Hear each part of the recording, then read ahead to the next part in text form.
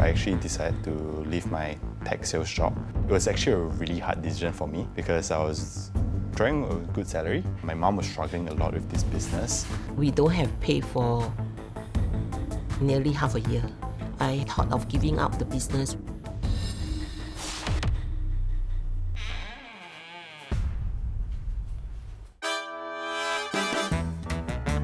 We do a lot of uniform for high-end hotels like St. Regis, JW Marriott, Shangri-La. Yeah. So one of the pieces that I like is this St. Regis butler. So they have been buying this uniform for nearly 10 years already. They didn't change the design. We also do a lot of embroidery. There are special guests, VIP. If you can see for this piece that we did for Rasa Sentosa, this peacock is really a very detailed work that we have to do. Not everybody can do such a fine stitching of embroidery. I learned from my grandma and my mom. They are all very skilled sewer, and when I see them, really every stitching is the same.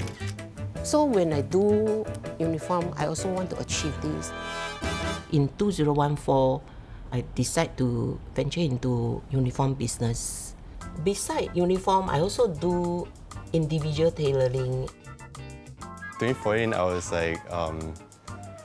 still in secondary school. So as I moved on, I actually went to poly studying aeronautical engineering. My goal was just to ensure I have the foundation to go wherever I want. During the best year, I should say around 2015 to 2019.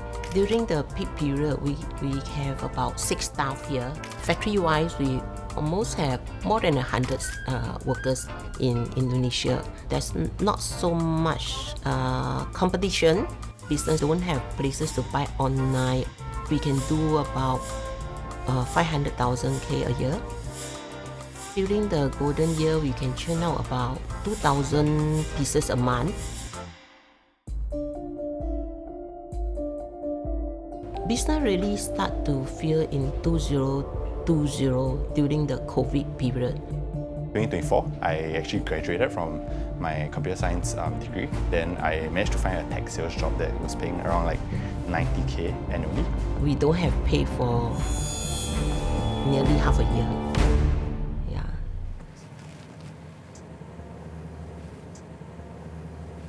So now we're actually heading to a dental clinic to do some alteration for the scrubs that they made with us. Now, 1 month, sometimes we only can produce like 200 pieces. Our order is really so low already. During the COVID period, customer don't place order because of uncertainty. Also, customer change their way of buying. Hey, hello. Hello.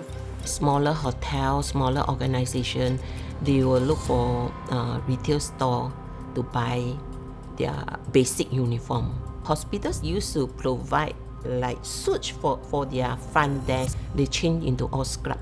Definitely making suit is higher value than making a scrub suit. They can also buy online now. Waist to hips, minus 1 or 1/4. Waist to hip, minus 1 1 and 1/4. quarter, is it? Like, is it? Yeah. My mom was struggling a lot with this business. During the last 2 years, actually, I thought of giving up the business. We have to depend on a lot of our saving to pay the staff. Now we only left with 3 staff locally and around 50 factory workers in Indonesia. Okay. I know how much this business means to her. So I decided to step into the business to try to save it using like my tech and sales experience. It was actually a really hard decision for me to leave my tech sales job because I was drawing a good salary.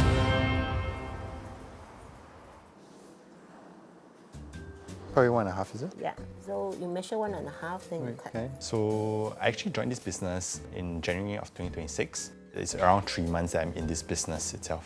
When Jarren wanted to join my business, I was quite shocked because he's from computer science. He can earn more than 5 figures a year. I don't really make a lot of money through this business. This is what even. Yeah, that's why I need iron. Okay, I'm big. I'm big, okay. So you do it. Yeah, we do. Because we are still a very small business, right? I can't be just focusing on doing sales. Well, I actually need to do everything, to even being on the ground. For Jarren to come in, if you don't know about how to draft, how to sew, definitely you'll get bullied by the worker.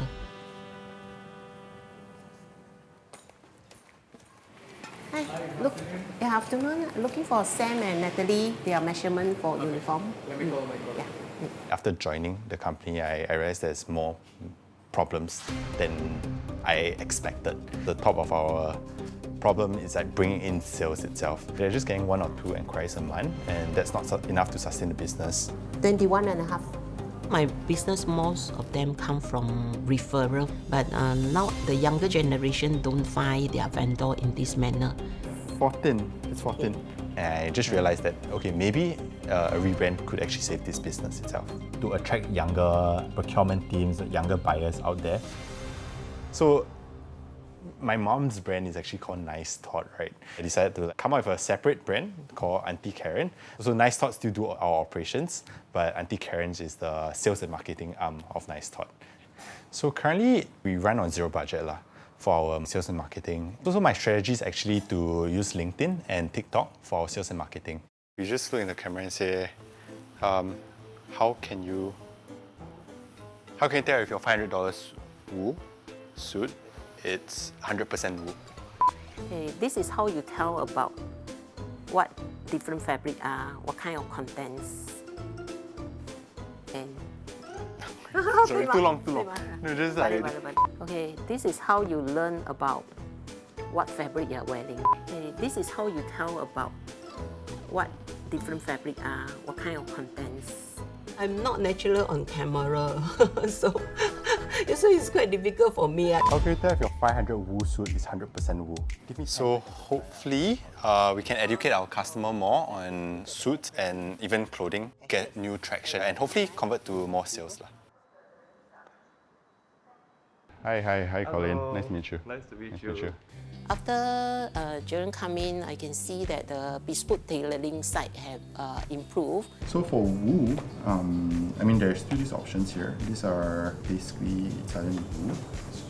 I think it's closer to this, yeah. Is it? Okay. Yeah, this is high twist.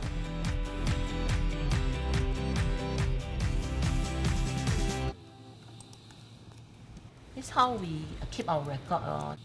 Not only do I want to save the business, I want to scale it. I look at it in a perspective that a lot of the technologies that we use, we need to improve on it before we can even scale to a bigger scale. My Excel actually linked to different sheet, so I link to a production, I link to invoicing, all that. Yeah. So I can just pull out from the main sheet. So my mom's method, it's very traditional. Everything is being too manual. Why not consider being on cloud? I don't think it's safe, leh.